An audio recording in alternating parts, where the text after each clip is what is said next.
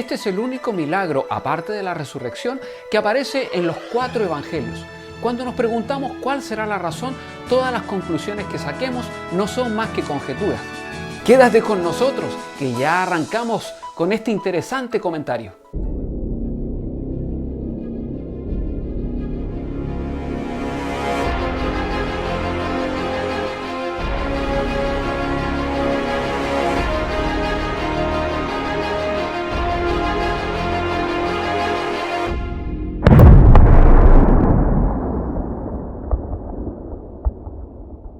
Lo que está claro es que se trata de un hecho que llamó mucho la atención de los 4 evangelistas. En este relato vemos que la multitud se había agolpado porque había visto las señales que Jesús hacía.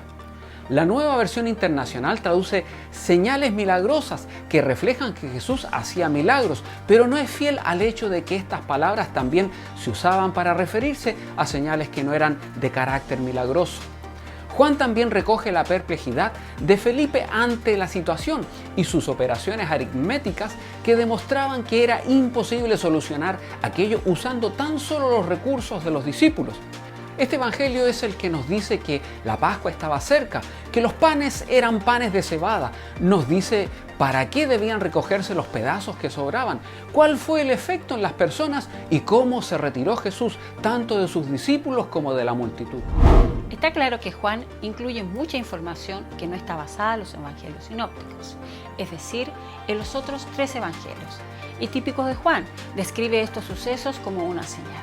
La intención que Juan tenía al escribir el evangelio es muy clara. Nos dice explícitamente, hizo además Jesús muchas otras señales en presencia de sus discípulos, las cuales no están escritas en este libro. Pero estas se han escrito para que creas que Jesús es el Cristo, el Hijo de Dios, y para que al creer tengáis vida en su nombre.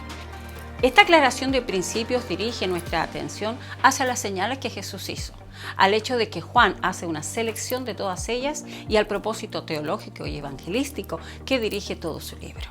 El efecto de esta señal sobre las personas es que algunos piensan en Jesús como un profeta y otros quieren hacerle rey. Hay principalmente 3 interpretaciones de este texto. Una de estas señala que el milagro ocurrió en el corazón de las personas. Cristo habría convencido a los egoístas para que compartieran las provisiones que tenían, y cuando así lo hicieron, hubo más que suficiente para toda la multitud.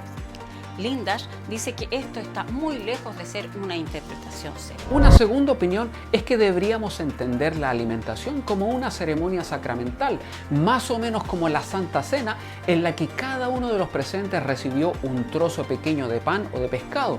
Algunos han criticado duramente esta interpretación, aunque otros como Alan Richardson la defiende. Estas 2 teorías que acabamos de ver están demasiado fundamentadas en presuposiciones y pasa por alto lo que los autores de los relatos dicen. Por tanto, es mucho mejor considerar la tercera interpretación, que Jesús, el Hijo de Dios, el Dios encarnado, hizo algo que solo podemos describir como un milagro. Sin duda alguna, este relato quiere inculcar una verdad espiritual, es una señal. Pero eso no quita que los evangelistas estuvieran explicando el maravilloso suceso que allí había tenido lugar. Para ver cuál es la importancia y el significado de esta historia, debemos tomar en cuenta que la figura de comer y beber se usa mucho en el Antiguo Testamento. Representa la prosperidad. Pues no hay nada mejor para el hombre bajo el sol sino comer, beber y divertirse. Y normalmente se usa para describir las bendiciones que el pueblo de Dios disfrutará en la tierra prometida.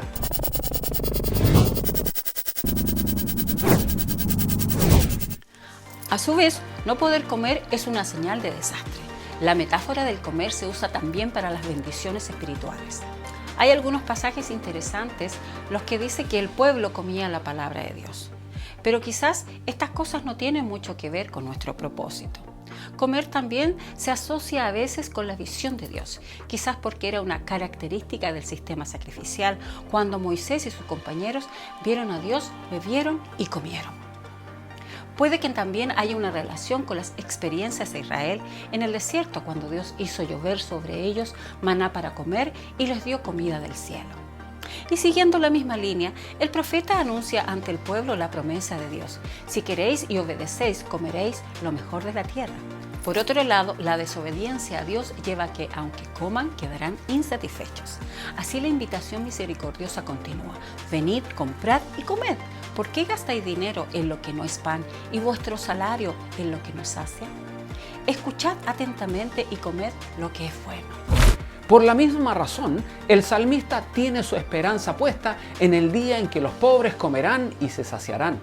Si tenemos todo esto en mente, no nos sorprende que el banquete mesiánico fuera una de las maneras en las que se explica las delicias de las que podemos disfrutar en la era por venir. Esta señal muestra que Jesús es el que suple las necesidades de las personas. Ciertamente la mención que Juan hace de la Pascua no solo sirve para ubicar el suceso en el tiempo, sino que además sirve para suscitar una asociación en el desierto. Más adelante en el mismo capítulo encontramos las referencias al pan vivo, el verdadero pan del cielo. El pan de Dios sirve sin duda alguna para volver a suscitar este tipo de asociaciones. El maná en el desierto anunciaba lo que Jesús nos trae. Él es el Mesías que nos hace partícipes de sus ricos banquetes. Esta señal tiene que ver con el reino de Dios. Los judíos le ven equivocadamente en su interpretación y le ven como un profeta, como alguien de este reino terrenal. Se equivocan en dos sentidos. El milagro apuntaba al Mesías, no a un simple profeta, y al reino de los cielos, no a un reino terrenal. Incluso podríamos decir que hay aquí otra idea subyacente. Pablo nos dice que en el desierto los israelitas todos comieron el mismo alimento espiritual y todos bebieron la misma bebida espiritual, porque bebían de una roca espiritual que los seguía, y la roca era Cristo.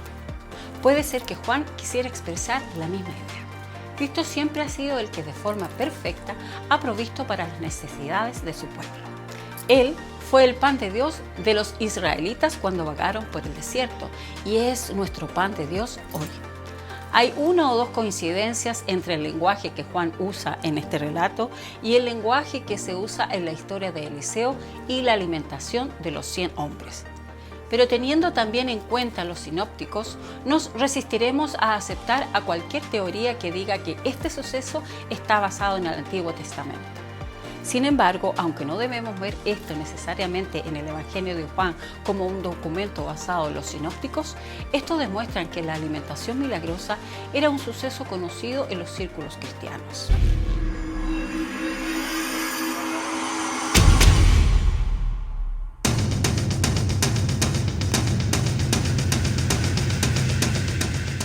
Bueno amigos, hemos llegado al final de este programa y les agradecemos por estar con nosotros y seguirnos cada semana. Les recordamos que este espacio está diseñado para ser visto por todo tipo de personas interesadas en conocer más acerca de los escritos bíblicos. Así que no dudes en compartir con tus amistades. Un gran abrazo y nos encontramos nuevamente en el Saber de Letras la próxima semana.